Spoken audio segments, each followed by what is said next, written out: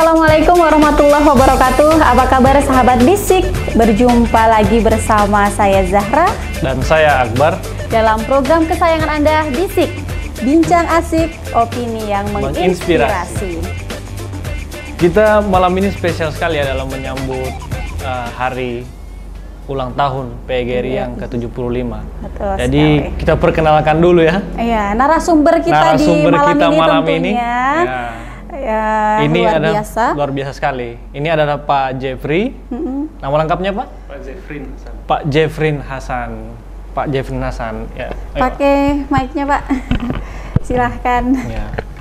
Ini Pak Jeffrey Hasan. Dan di samping saya ini, yang di sampingnya Mbak Zahra ini ya, lebih spesial lagi. Karena dia sebagai Kepala Biro Infocom PGRI. Biro Infocom PGRI. Iya. Perkenalkan namanya Pak. Nur Hadi Taha. Pak Nur Hadi Taha. Pak Nur. Ya, Nur Hadi Taha. Nur Hadi Taha. Luar biasa. Kita mulai dulu dari Pak ini ya, Pak Jeffrey ya. Kalau Pak Jeffrey tugas di mana sekarang Pak? Saya bertugas di SD Negeri 81 Sipatana, Kota Gorontalo. Iya. Dan memulai karir itu di SD Negeri 48. Saya terangkatnya di tahun 2010, jadi sampai sekarang ini sudah 10 tahun. Ya, iya. Kenapa memilih jadi seorang guru Pak? Memang ini adalah cita-cita sebenarnya. Memang di keluarga itu rata-rata paman, kemudian ini keluarga itu profesinya sebagai guru. Memang kami saya pribadi gitu kan bersekolah kemudian kuliah memang mengambil jurusan itu dan cita-citanya memang ingin mengabdi sebagai guru. Memang ingin mengabdi menjadi seorang Jadi guru. Jadi memang ya, sejak kecil ya ingin menjadi seorang guru. Apakah ada yang memberitahu atau memang dari kecil itu? Memang ayah saya kan guru. Gitu. Oh, jadi saya sering biasanya dibawa ke sekolah, ikut ayah ngajar. Berarti basicnya memang guru Pak ya? Benar. Saya basicnya kuliahnya guru sampai sekarang ini akhirnya alhamdulillah menjadi seorang mengabdi sebagai seorang guru. Luar biasa. Berarti di umur berapa kan kemarin Pak? 10 tahun lalu berarti umur menjadi seorang guru ya? Ya, saya sekitar umur 23 tahun sudah menjadi guru. Sudah mengajar ya? Mengajar ya. Saya sebelum terangkat saya honor sekitar 2 tahun di madrasah. 2 tahun di madrasah, umur 23 tahun diangkat menjadi seorang guru. Iya. Baru itu pindah ke SD 81.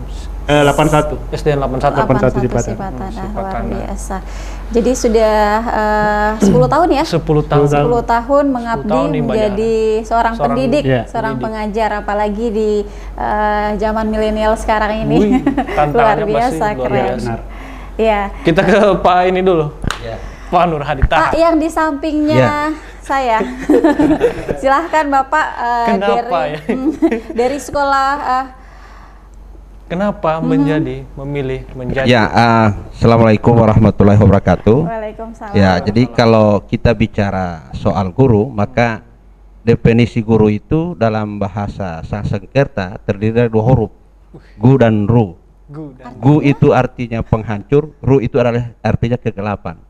Artinya guru itu sebagai orang yang memberikan cahaya, membawa setiap manusia, setiap orang dari alam kegelapan menuju alam yang terang benderang.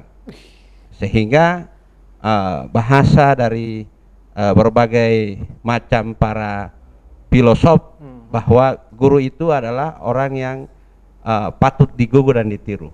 Gitu. Itu satu. Yang kedua adalah saya pribadi bicara guru ini sebenarnya kalau bicara latar belakang keluarga saya itu tidak ada yang basic guru. Orang tua saya hanya petani, ibu saya hanya juga di rumah, ibu rumah tangga biasa. Tetapi karena memang banyak hal yang kita lihat dalam sisi kemanusiaan dari guru itu sendiri, maka pilihan saya waktu masih saya berada di mahasiswa itu saya memilih jurusan pendidikan. Ya, sehingga kemudian saya mengenal dunia pendidikan itu. Dan kalau Pak Jeffrey tadi berkarirnya dari guru honor, saya masih mahasiswa sudah guru. Karena mahasiswa saya sudah ngajar. Kenapa itu? Ya, karena ini bicara soal faktor dari kondisi keluarga. Ya, karena memang saya adalah latar belakang orang yang latar belakangnya susah, maka saya harus mencari apapun. Maka satu kelebihan saya yaitu mungkin karena saya sudah mendapatkan ilmu tentang bagaimana cara mengajar dan lain sebagainya, maka saya kuliah sambil kerja. Ya, saya gurunya di Batu Da'a Pantai. Awal pertama karir saya di Batu Da'a Pantai di SMP Satap Batu Da'a Pantai. SMP Satap. Ya, Biluh Timur. Biluh Timur dan setelah itu kemudian itu tahun 2007. Ya, 2007 dan 2009 saya menyelesaikan pendidikan. Saya masih tetap lanjut menjadi guru honor di sana. Dan alhamdulillah tahun 2011 saya mencoba saja ikut-ikut, siapa tahu mau lulus. Alhamdulillah lulus. Ya, coba-coba alhamdulillah lulus. Saya jadi terangkat di pemerintah kota. Tugas pertama itu di SMA 2. Ya, di SMA 2 saya cuma 6 bulan dipindah tugaskan di SMP Negeri 6. Di SMP Negeri 6 ini saya lama. Setelah itu saya dipindahkan di SMK 1 Gorontalo di Semea.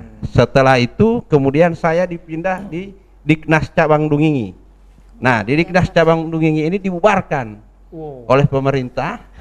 Maka saya hari ini kalau bertanya tugas saya ditempatkan di Badan Kesbangpol. Oh, di Kesbangpol. Ya, Kesbangpol posisi yang dipercayakan ke saya menjadi kepala subbidang hubungan antar lembaga. Artinya ini juga bahwa guru itu ditempatkan di mana saja pasti dia bisa. Pasti harus bisa, ya. Pasti harus bisa. Nah, karena latar belakang saya karena mungkin pimpinan saya melihat mungkin dia ini cocok di Kesbang karena situasi dimanapun ya, lembaga apapun itu butuh edukasi. Butuh edukasi. Ya, dan sehingga kita tahan dulu ya. Kita tahan dulu Pak sebelum kita lanjutkan lagi bertanya.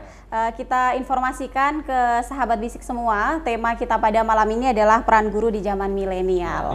Nah, boleh saya lanjut bertanya? Bisa. Ya, kalau seperti yang disampaikan oleh Bapak tadi, faktor pertama Bapak itu mengajar menjadi seorang guru adalah faktor ekonomi. Dulunya kan ekonomi masih ya di bawah gitu ya. Jadi dengan mengajar mungkin Bapak memperoleh pundi-pundi gitu. Nah, tentunya setelah mungkin sukses dan mungkin pundi-pundi uangnya sudah mulai ada, tentu ketika Bapak meneruskan menjadi seorang pengajar tentu ada motivasi. Sebenarnya apa yang memotivasi Bapak menjadi guru?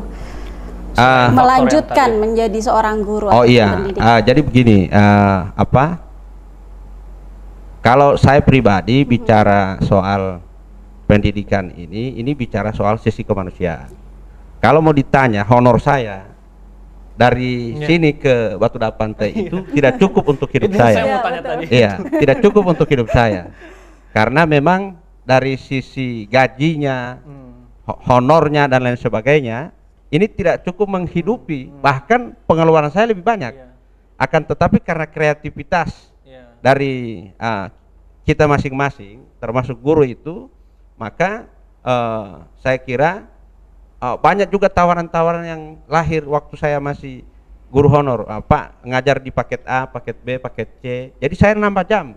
Selain saya ngajar di sekolah formal, ada informal, ada paket A, paket B, paket C, dan itu saya ngajar orang-orang tua saya yang tidak lulus sekolah dan lain sebagainya. Mereka kita dorong bahwa sekolah itu penting dan lain sebagainya, sehingga itu saya dapat. Selain itu juga saya juga berbisnis.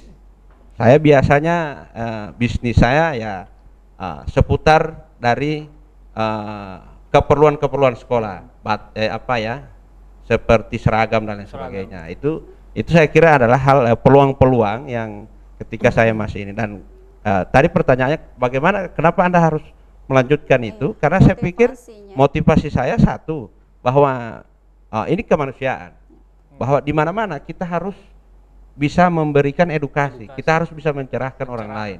Karena filosof itu bahwa orang yang paling manusia itu harus bermanfaat bagi orang lain. Nah, maka dengan ruang-ruang itu saya bisa manfaat. Ya, mungkin karena misalnya wali kota atau bupati, gubernur, mereka punya jabatan, ya kita guru, nah, kita sudah membantu mereka dalam memberikan ruang-ruang itu. Kita memberikan edukasi, pencerahan, berbagai, kita memberikan motivasi. Karena sukses tidaknya pemerintah itu juga dinilai dari APK dan APM. Angka partisipasi kasar dan apa artinya jumlah orang sekolah itu juga dinilai oleh dinilai oleh pemerintah dalam hal sukses sebuah pemerintahan itu dinilai dari barometernya pendidikan, bahwa seberapa banyak orang yang mengenyam pendidikan, seberapa banyak orang yang hanya lulus SD, SMP dan lain sebagainya. Kita ke Bapak dulu. Pertanyaan yang sama sebenarnya, motivasi yang memotivasi Bapak untuk menjadi seorang pengajar atau pendidik. Baik, gini, saya mulai dari sejarah gitu kan. Kalau kita lihat negara-negara maju, salah satunya negara yang di Asia adalah Jepang. Iya, betul. Sejarah ketika Hiroshima dan Nagasaki itu dibom oleh Amerika Serikat. Ya. Terus Kaisar pada saat itu Hirohito ya. Bertanya kepada seluruh pasukannya. Beliau menyampaikan hanya satu pertanyaan saat itu, berapa guru yang hidup setelah terjadi bom tersebut? Artinya untuk membangkitkan negara Jepang pada saat itu dibutuhkan guru. Hanya guru ya? Hanya guru. Nah, saya persis apa yang disampaikan oleh Pak Hadi, bahwa guru itu dari segi aspek sosial sampai terjun ke masyarakat itu sangat sangat dibutuhkan dan berpengaruh gitu. Saya kalau kita lihat di lingkungan masyarakat saja, misalkan di kelurahan, di mana ketika ada event atau apa, biasanya kami para guru dimintai pertimbangan, dimintai masukan, kira-kira ini pas atau tidak itu. Kemudian yang kedua, memang benar, menjadi orang yang bermanfaat bagi orang lain itu memang salah satu motivasi yang besar gitu. Apalagi kita berbagi ilmu, pada anak didik, itu merupakan pahala yang besar kita yang tidak akan putusnya nanti di akhirat. Itu salah satu motivasi utama juga untuk menjadi seorang guru. Nah, inspirasi Jahra ya. Luar biasa. Nah, Akbar, kita kan dulu ya pernah jadi seorang siswa juga, dan bapak-bapak di sini juga dulu pernah menjadi seorang siswa dan akhirnya sekarang menjadi pendidik ya, menjadi seorang pengajar. Nah, menurut Bapak, apakah ada perbedaan antara siswa pada zaman dulu ya dengan zaman milenial sekarang, dan kalau dilihat dari pada saat zaman dulu menjadi seorang siswa dan saat ini menjadi seorang pengajar, apakah pada masa sekarang, apa perbedaan antara siswa pada zaman dulu dan zaman sekarang, dan kesulitan dari guru pada zaman dulu kemudian pada zaman sekarang ini? Mungkin Pak. Ya, boleh. Ya, jadi kalau saya bicara soal perbedaan antara siswa zaman dulu dan zaman sekarang, menurut saya perbedaannya hanya pada soal teknologi. Teknologi ya. Teknologi. Artinya kalau kemarin saya tidak mengenal ini dunia IT, tapi hari ini saya harus mau tidak mau, saya harus milenial. Harus mengetahui dunia IT. Kenapa? Karena dengan misalnya sistem sekarang PJJ, bahwa guru dituntut untuk bagaimana bisa melakukan inovasi belajar mengajar dengan jarak jauh. Nah, ini maka tentu butuh perangkat-perangkat yang lain. Salah yang satunya mumpuni, adalah teknologi yang canggih. Teknologi itu satu. Yang kedua adalah kalau siswa di zaman saya itu era 90-an ya, kita justru kalau saya mondok, justru saya di Pondok Pesantren Al-Huda ya, kita lebih banyak melakukan sebuah lebih banyak kita bersentuhan langsung dengan guru. Kalau sekarang justru kita memposisikan guru itu sebagai orang yang ilmunya luar biasa, kita hormat. Kalau sekarang justru berbeda. Anak-anak itu justru akan dekat ketika mereka memposisikan guru itu sebagai temannya. Nah, kalau dulu jaraknya agak jauh. Iya, betul. Oh, apalagi kalau ada yang lewat, oh kita pasti cium tangan. Iya. Kalau justru sekarang Itu pada ya, masa pada lalu masa ya, ya masa lalu. Kalau masa sekarang itu justru anak-anak itu mau ingin berteman dengan guru, ibu guru, coba mana nomor telepon dan lain sebagainya. Ya. Dan pastinya itu ada teknik ya. Ya, Kalau pastinya itu masalah ada teknik. teknik. Ya, Teknik sehingga- kita bicarakan nanti ya. Ya, sehingga ini yang apa namanya menjadi problem hari ini. Kadang kalau kita bertemu dengan guru-guru kita dan sudah saatnya anak-anak kita yang misalnya anak saya itu umur 5 tahun, ya dia sudah bisa komunikasi melalui handphone dan sebagainya. Bahkan saya pun banyak yang saya tidak tahu di aplikasi handphone. Ya. Anak saya sudah tahu. Nah, ini juga yang menurut saya guru hari ini atau guru yang hari ini yang masih pakai teori-teori dulu, maka harus melakukan mau tidak mau harus memposisikan dirinya untuk bisa tahu tentang teknologi. Berarti lebih ke teknologi ya, perbedaan antara siswa dulu, guru dulu dengan yang sekarang. Kalau menurut Bapak sendiri bagaimana? Oh iya, gini, zaman sekarang itu kan kalau kita bicara pendidikan dan seterusnya itu salah satu karakter yang sering kita bicara dalam tema besarnya itu adalah industri 4.0 ya. Nah, salah satu pencirinya tadi sudah disampaikan oleh Pak Hadi tadi bahwa perkembangan teknologi, apalagi seperti Internet of Things dan seterusnya. Nah, saya kemarin sempat melaksanakan short course di diklat luar negeri di di Darwin, mencoba melihat atau memotret bagaimana sih sebenarnya di era revolusi industri 4.0 anak-anak di sana itu belajar. Di mana, Mbak? Di Australia? Di Australia. Nah, saya coba masuk, ternyata memang benar gitu. Basis proses belajar mengajar mereka di sana adalah basisnya teknologi. Yeah. Di setiap sekolah itu anak-anak punya mengakses internet. Kemudian bahkan di sana itu anak SD kelas 5-6 sudah belajar coding. Di sana ada kelas robotik gitu. Nah, di SD di kelas 1 itu sudah bisa mengerjakan soal secara online dan seterusnya. Bahkan kalau sudah masuk SMP, SMA lebih tinggi lagi. Nah, maksudnya apa? Proses belajar sekarang itu tidak boleh harus konvensional lagi. Nah, proses belajar sekarang itu harus menyesuaikan dengan zaman. Nah, teknologi informasi itu menjadi salah satu sarana utama. Memang benar banyak yang bertanya bahwa apakah nantinya ke depan guru akan digantikan oleh mesin atau guru akan digantikan oleh teknologi. Saya bertanya ke salah satu guru, salah satu pengajar di sana. Beliau menyampaikan negara sebesar Australia pun mengklaim bahwa tidak akan mungkin digantikan oleh teknologi. Tidak akan mungkin ya. Karena guru itu adalah teladan. Guru mengajar dengan hati, sedangkan teknologi itu tidak tidak bisa melakukan itu. Nah, maka kemudian harusnya seperti apa guru milenial sekarang? Nah, yang harus dilakukan adalah menyesuaikan dengan kondisi zaman. Nah, kalau zamannya era teknologi, maka gurunya juga harus paham teknologi. Betul. Jangan sampai kemudian siswanya bisa Facebook, Instagram, kemudian Twitter dan seterusnya, gurunya tidak tahu apa yang dimaksud Instagram, apa yang dimaksud dengan Twitter. Nah, kalau kemudian siswanya sudah masuk ke dunia medsos, pertanyaannya apakah gurunya hanya diam diri saja? Gimana nanti proses kontrolnya, gitu kan? Nah, oleh karena itu, guru juga harus paham media-media sosial seperti itu. Bahkan pembelajaran sekarang harusnya banyak diarahkan kepada pemanfaatan teknologi agar apa? Siswa itu lebih tertarik dengan belajar terkait dengan materi-materi. Dulu kan kalau bicara proses pembelajaran konvensional, yang dulu itu kan masih konvensional. Sekarang proses belajarnya Google saja bisa ilmu atau materi-materi apa saja bisa kita translate di Google. Di Google ya. Google. Nah, oleh karena itu harusnya guru mengambil peran itu. Jadi teknologi informasi harus dimanfaatkan. Nah, saya melihat memotret juga di apalagi di masa pandemi seperti ini.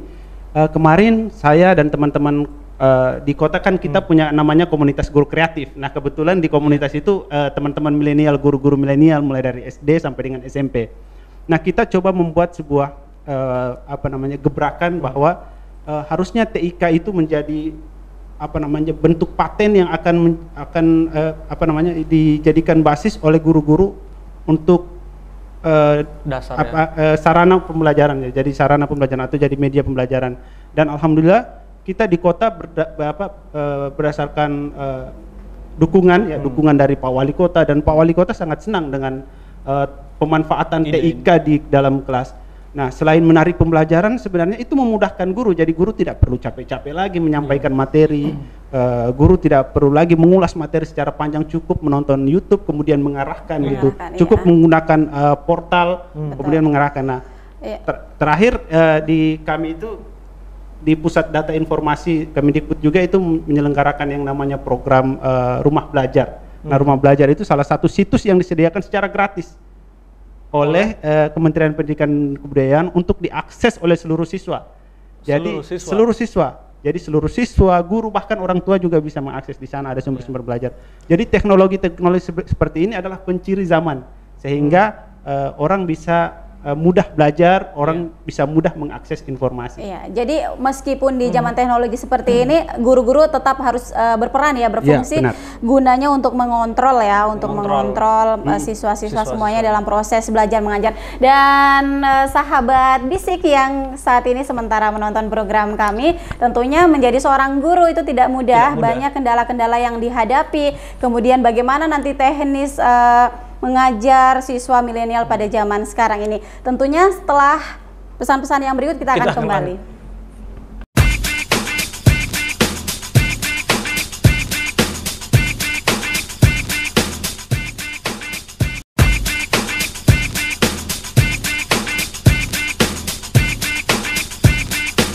Oke, kita kembali lagi ya, Zahra, di program Bisik, Bincang Asik, Opini yang menginspirasi. Dan tentunya masih dengan kedua narasumber kita yang luar biasa, yang keren ya. Milenial. Iya, milenial banget ya. Karena berhubung kita juga di tanggal 25 November ya, kita memperingati hari ulang tahun PGRI. Dan tentunya tema kita masih sama, Mas Akbar, peran guru di zaman milenial. Di zaman milenial. Nah, tadi yang sudah Zahra sampaikan di segmen sebelumnya, ini kita mau membahas kendala-kendala yang dihadapi saat mengajar siswa-siswa di zaman milenial. Sebenarnya saya mau tanya dulu sama Pak Nur Hadi ini. Yang tadi kan Pak Nur Hadi kan sempat cerita dulunya mengajar di Biluhut Timur. Iya, Biluhut Timur. Iya, Batu Da'a Pantai ya. Ya, Batu Da'a Pantai. Itu Bapak tinggal di mana? Saya di rumah di kota. Nah itu saya kan kemarin pernah ke Biluhut, itu jalannya itu ya rusak. Luar biasa ya jalannya. Luar biasa. Tahun berapa itu Pak? Tahun 90-an? 2009, 2007. 2007. Bapak ke sana bagaimana Pak?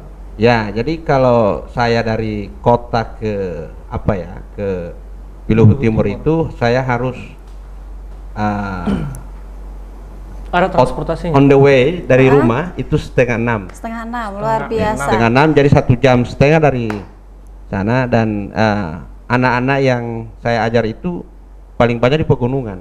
Dari pegunungan ya? Ya, dari pegunungan. Jadi jam 7, setengah 8. Jadi pembelajaran itu dimulai, kalau biasanya sekolah yang normal itu jam-jam 7. Jam 7 ya. Tapi ini dimulai dimulai jam 7:30 ya.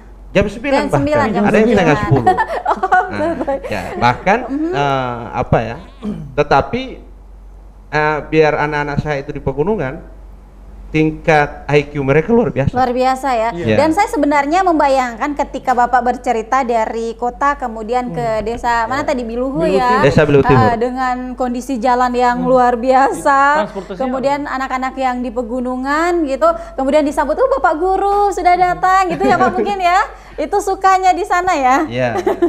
Transportasinya itu naik apa Pak? Saya naik motor. Naik motor ya? Iya. Jalannya itu masih parah ya berarti? Oh, masih parah. Sudah. Kalau sekarang sudah bagus. Tapi sekarang saja orang mau ke sana itu. Sekarang itu masih bagus. Sekarang masih bagus. Masih bagus. Pak. Kalau dulu saya ya tidak ini, bahkan beberapa kali di sana ada beberapa hal yang terjadi. Misalnya tergelincir di jalan dan lain sebagainya. Bahkan saya luka dari ujung. Oh, pernah ya Pak? Iya, saya pernah apa ya? Pernah kecelakaan. Ya, itu di nanjak di gunung dan memang itu sudah resiko pekerjaan. Apa perasaan Bapak ketika dari rumah pagi-pagi berangkat menuju ke sekolah ini bertemu dengan siswa-siswa yang luar Kalau biasa? saya justru senang. Senang ya? Ya, di tengah-tengah itu karena memang tidak banyak juga orang yang orang yang seberuntung saya sebelum dinobatkan sebagai sarjana dipercaya menjadi guru di sana. Iya, artinya itu keberuntungan menurut saya. Kalau kita bicara soal dia punya dia punya kategori seorang guru, dia harus sarjana dulu. Iya, betul. Tapi saya sudah menjadi seorang ya, guru. sudah dipercaya untuk bisa mengajar. Dan itu luar biasa artinya. Gitu ya, Artinya gini, dari sisi pengalaman pendidikan yang saya dapat di kampus bisa saya langsung aplikasikan di lapangan. Praktekkan di lapangan. Dan itulah saya kira sesuatu hal yang menjadi memori. Kalau tadi opini inspirasi, itulah inspirasi hidup. Yang saya kira itu tidak akan dilupakan. Terutama sama anak. Alhamdulillah ini Wiranti. Oh iya, Wiranti Ngau itu saya ngajar. Oh, luar biasa akhirnya. Dia di alumni dari situ. Memang. Keren, tepuk tangan dong. Tepuk tangan. Jadi itu Wiranti itu mantan murid saya. Nah, sehingga pada waktu dia mau ke Indosiar itu, saya dengan beberapa alumni sekolah situ datang ke Pak Bupati, datang ke Pak Wali Kota untuk mendukung Wiranti untuk bisa kita support ya. Dan meskipun yang disampaikan Bapak tadi ketika pada masa itu untuk honornya honornya tidak seberapa gitu ya. 400.000 kalau tidak salah. Per bulan. Iya, per bulan. 400.000. Artinya ini tidak cukup operasional saya. Kalau mau dihitung dihitung operasional dari rumah. Betul. Kemudian saya sarapan pagi. Belum mentalnya itu belum mental. Kalau menurut Pak Hadi sekarang ini jalannya sudah bagus, tapi belum 3 sana kemarin baru dia jalan. Tapi hal itulah yang menginspirasi meskipun biayanya di bawah gitu ya, tetapi dengan semangat, rasa kemanusiaan, ingin menjadikan manusia menjadi manusia gitu ya, jadi termotivasi. Tapi justru begini, di sana itu justru kalau kami pulang itu orang tuanya yang bawa beras, bawa ikan, gitu. Itu rezekinya di situ. Jadi begitu. Jadi tidak ada yang susah soal honor sedikit dan lain sebagainya. Menurut saya kalau kita itu ikhlas, tulus melakukan sesuatu, pasti ada saja rezeki. Rezekinya didapat di tempat lain gitu Pak ya. Bahkan kalau ada pesta-pesta dan lain sebagainya, Pak Guru juga yang MC dan lain sebagainya. Gitu. Senyum-senyum berarti pernah mengalami. Jadi begitu, dia punya dia punya keadaan kondisi walaupun dalam keadaan di sudut desa, di pegunungan dan lain sebagainya, tetapi itu tadi masyarakatnya antusias, masyarakatnya sangat menghargai itu, label guru itu. Dan itu tadi selain mereka juga orang di desa, tapi IQ-nya luar biasa. Buktinya Wiranti Ngau yang saya kira dari segala macam ini itu kan audisi, dan dia lolos. Dan memang ini ada satu juga yang namanya Pikran. Itu kalau dia hitung matematika luar biasa. Cuma memang ini anak. Setelah saya cek, dia sekarang posisinya setelah itu dia tidak melanjutkan pendidikan. Nah itulah. Ya SMS saya berapa hari lalu, Pak saya mau lihat. Faktornya Pak? Ya faktornya ekonomi. Nah gitu. Dan juga mungkin faktor orang tua juga yang sudah karena mau sekolah tinggi juga tidak tetap mau ke laut nggak mau nelayan dan lain sebagainya. Sebesar apapun keinginan seorang guru semua kembali ke keluarga. Dan dari Bapak sendiri sukacitanya menjadi seorang guru, jadi seorang pengajar. Yang paling jauh dulu Pak, yang paling jauh pernah nggak Pak? Mengajar. Iya. Saya penempatannya sebenarnya di kota. Langsung di Kota Gorontalo. Iya. Honornya juga di Kota Gorontalo. Sebenarnya kalau Pak Hadi di Biluhu Timur, saya sebenarnya di Biluhu Barat. Orang tua asli di Biluhu Barat. Ya, jadi desa Puongo. kemudian desa lebih jauh Lebih jauh lagi. itu ya? Iya, Jauh, ya. lebih jauh, desa Huongo, kemudian desa ayah saya di desa Baru saya Huongo. tahu dia kalau orang Bilu Barat. Ayah saya di Sama, desa saya juga baru ya, tahu. Lu timur lu barat. ya. Ya kalau Biluhu Timur sebelah sini, sebelah Tanjung Keramat, dan kalau Biluhu Barat lebih jauh lagi. Paling Jauh ujung. lagi Ya, Ya. jadi ayah saya di desa Huongo, ibu saya di desa Ilombata. Jalannya Ya. itu bagaimana? Kalau Jadi aksesnya Pak Adi tiga jalur sebenarnya ke sana ya, Jalan ya? bisa tembus, tapi memang medannya cukup berat. Berat sekali. Nah, ya itu sebenarnya kalau dibicara tentang pengalaman sebenarnya tidak setragisnya Pak Hadi kalau Tragis kita- ya, tragis loh Pak. Tragis ya Pak. Tragis Pak Hadi Tragis sampai nggak sih? jatuh. Ya. Beda ya. Tragis Syukur Pak. Bikin AC. Bikin AC. Syukur ya. Ya, karena di kota kan kalau kita lihat seluruh infrastruktur sudah Agak baik ya, sudah lebih baik. baik. Jadi hanya saja memang beberapa kendala-kendala yang kita temukan ketika bertemu dengan orang tua yang acuh tak acuh terhadap Betul. anaknya, yang menyerahkan seluruh pendidikan karakter itu ke guru. Betul Iya. sekali. Padahal tempat pertama mereka mengenyam karakter itu atau Keluarga. pembentukan karakternya Keluarga, adalah di rumah keluarga. ya, Iya. betul. Jadi itu yang biasa kami alami, bahwa sekolah atau guru adalah tempat pembentukan karakter, sedangkan di rumah tidak. Nah itu, jadi orang tua acuh tak acuh terhadap itu. Iya.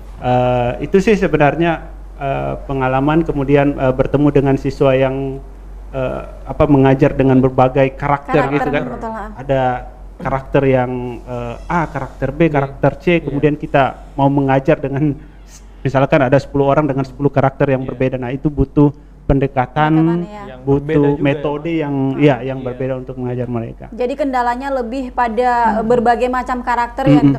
Nah pada saat mengajar pernah nggak dapat siswa yang karakternya luar biasa, Yang masih yang luar teringat, biasa. Ya, setiap kelas, setiap siswa di dalam setiap ruang kelas itu pasti ada siswa yang yang dinamis gitu. Ada siswa yang kemampuannya di atas rata-rata, ada juga yang bisa di bawah rata-rata, bahkan ada kenakalannya di atas rata-rata. Betul ya, makanya itu yang Ada juga yang di saya bawah katakan tadi rata-rata. yang luar biasa. Sebenarnya itu saya nggak mau langsung ke poinnya. metodenya saja Pak. Metodenya. Tapi sebenarnya fitrah atau anak itu seperti itu sebenarnya ya.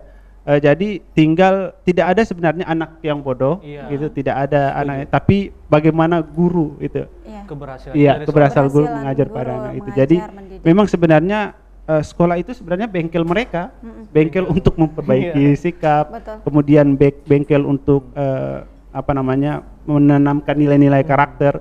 Tapi biasanya ya jangan disalahartikan bahwa seluruhnya seorang diserahkan ke sekolah, tidak seperti itu, karena tripusat pendidikan kan ada keluarga, kemudian lingkungannya. ya, masyarakat, kemudian sekolah. Betul Itu sekali. harus berkolaborasi. Betul. Nah itu berikutnya di zaman sekarang, di zaman milenial seperti ini, kalau dulu kurikulum sekarang itu kan selalu tentatif berubah Iya, ya. berubah. Nah itu disesuaikan dengan zaman.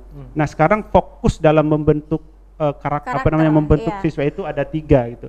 Bagaimana siswa itu karakternya bisa baik, Bisa baik. pengetahuannya bisa cerdas ya, cerdas. kemudian dia bisa terampil. Jadi 3 itu. Jadi pengetahuan, sikap, dan keterampilan itu harus ada pada diri siswa. Iya, di zaman milenial ini memang yang paling ditekankan itu adalah karakter ya. Iya.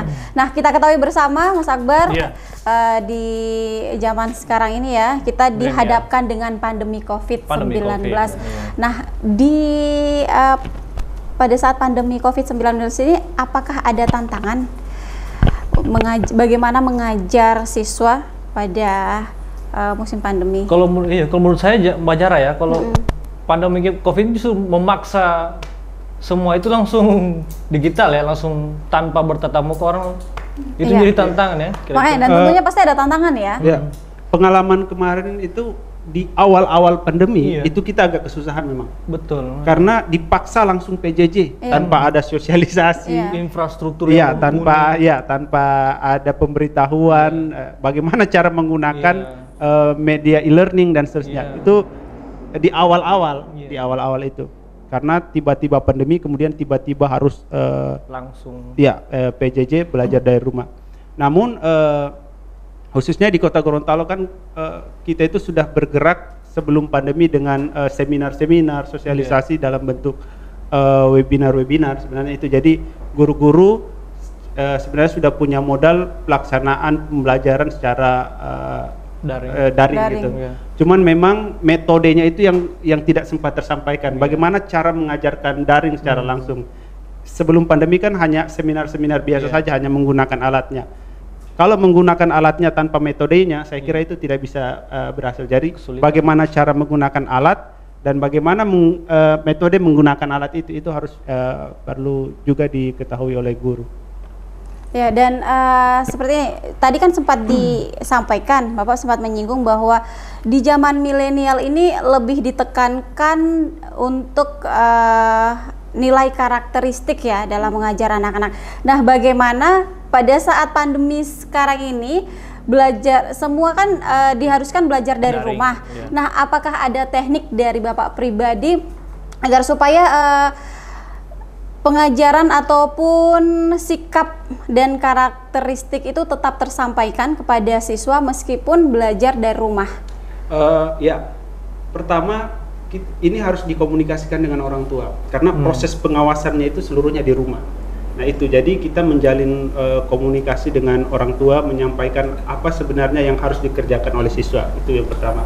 Yang kedua, proses kontrol kita biasanya membuat sebuah agenda-agenda yang nanti agenda itu merupakan aktivitas yang harus dilakukan siswa.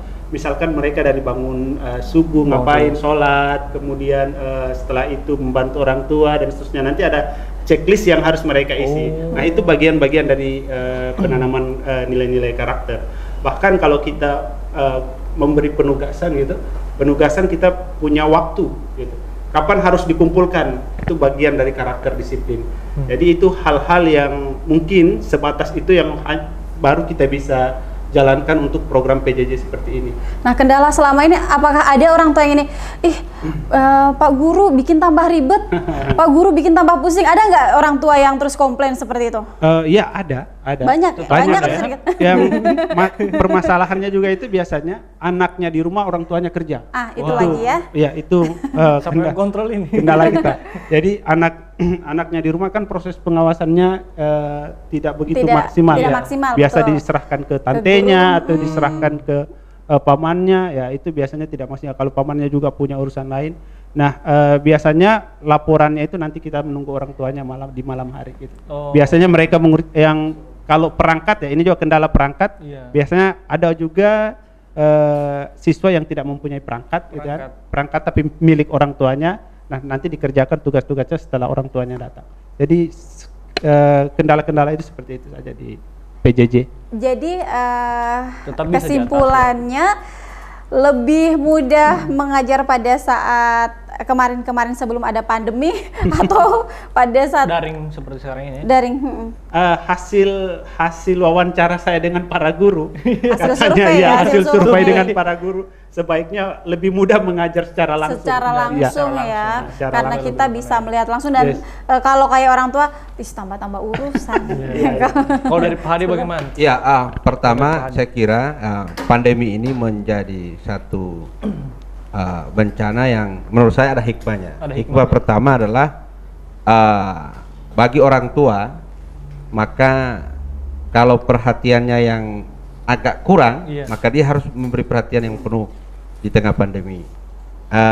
Seperti anak saya di rumah, dia yang 5 tahun itu Pak? Ya, yang 5 tahun di TK ya, PAUD. Nah, jadi dia harus banyak tugas-tugas seperti Pak Jeffrey sampaikan tadi yang harus dikerjakan, tetapi menggunakan media daring. Ya, daring dengan banyak hal. Dan dulunya itu saya tidak pernah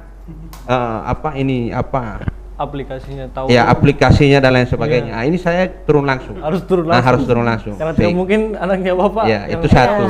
Ya, itu satu. Yang kedua adalah kalau di kota itu cukup signifikan untuk pelajaran PJJ, tetapi untuk beberapa misalnya saya sampaikan tadi di tengah-tengah pedesaan itu yang tidak punya signal dan lain sebagainya, saya justru lebih banyak ini yang harus kita lebih banyak perhatian. Bahkan mereka melakukan home visit. Mereka ya datang langsung di rumah untuk berkunjung melakukan berkunjung ya? langsung ke rumah untuk melakukan kegiatan-kegiatan itu. Dan salah satu yang terjadi itu di depan rumah saya di sekolah luar biasa Tuladengi. Ada seorang guru yang langsung datang ke rumah karena menggunakan media mereka tidak ada media ya? Tidak punya media itu, mereka datang ke rumah langsung. Nah ini juga saya kira dengan pandemi ini perhatian pemerintah baik itu kabupaten kota termasuk provinsi harus juga lebih ditingkatkan perhatian kepada guru itu juga harus apalagi pada kondisi-kondisi yang kritis seperti ini, mereka bertarung apapun, nyawa dan lain sebagainya. Kita tidak tahu misalnya anak kita sudah kena COVID-19 tiba-tiba dia datang hanya untuk mengabdikan dirinya untuk agar anak-anak itu tidak tidak tersesat. Dia punya pengetahuan dan lain sebagainya itu terus dilakukan. Dan tentunya ini semua demi anak bangsa demi masa generasi. Betul sekali masa depan. Saya kira itu yang bisa saya sampaikan. Iya, Mas Akbar, dan tentunya ya di hari PGRI tahun ini ke-75 ya. 75. Tentunya ada harapan ya, ada pesan yang akan disampaikan nanti kepada guru-guru di seluruh Indonesia, tapi tentunya kita setelah break dulu. Pesan-pesan berikut ini.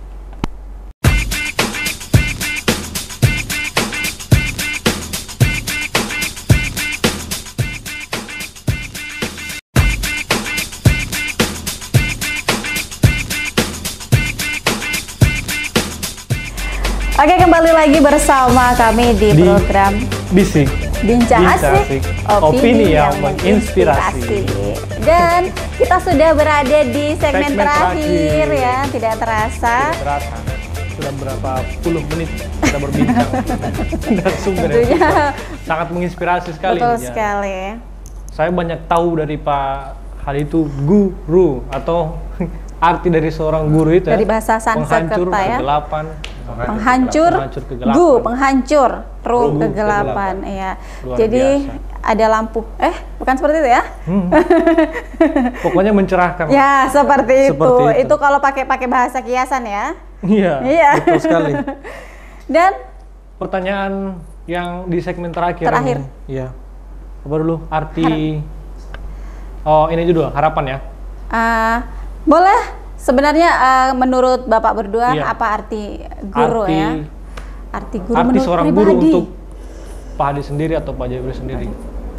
Silahkan. Ya, pertama saya kira memaknai guru itu kita harus maknai bahwa guru itu bisa jadi orang tua kita. Guru itu bisa jadi sahabat kita. Guru itu bisa jadi malaikat kita. Itu kalau saya. Artinya hal-hal yang terjadi tadi, kata Pak Jeffrey katakan bahwa guru itu adalah bengkel dari karakter anak. Maka saya kira dari berbagai hal, aktivitas guru dan lain sebagainya, 3 hal itu yang bisa saya simpulkan. Bahwa guru bisa jadi orang tua, guru bisa jadi sahabat, dan guru bisa jadi malaikat. Ketika guru itu berada pada jalan yang benar. Betul. Dan guru juga bisa jadi kebalikannya. Ya, kebalikannya dari itu. Ketika misalnya guru itu tidak melakukan sebuah inovasi, kemudian tidak mengikuti perkembangan zaman dan lain sebagainya.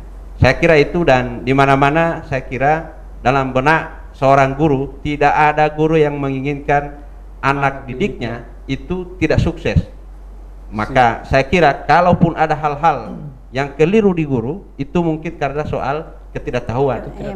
Ketahuan dari seorang guru. Saya kira itu yang bisa saya sampaikan, dan harapannya adalah ke depan pemerintah tidak hanya sekedar memberi angin segar bahwa guru ini diberi honor dan lain sebagainya, termasuk guru-guru adik-adik saya guru-guru honor. Nah, ini kadang pemerintah provinsi sudah ambil alih sesuai dengan UMP dan lain sebagainya, tetapi harus juga dipikirkan adalah kualitas sumber daya mereka. Artinya kalau ada yang D3 kita tingkatkan S1.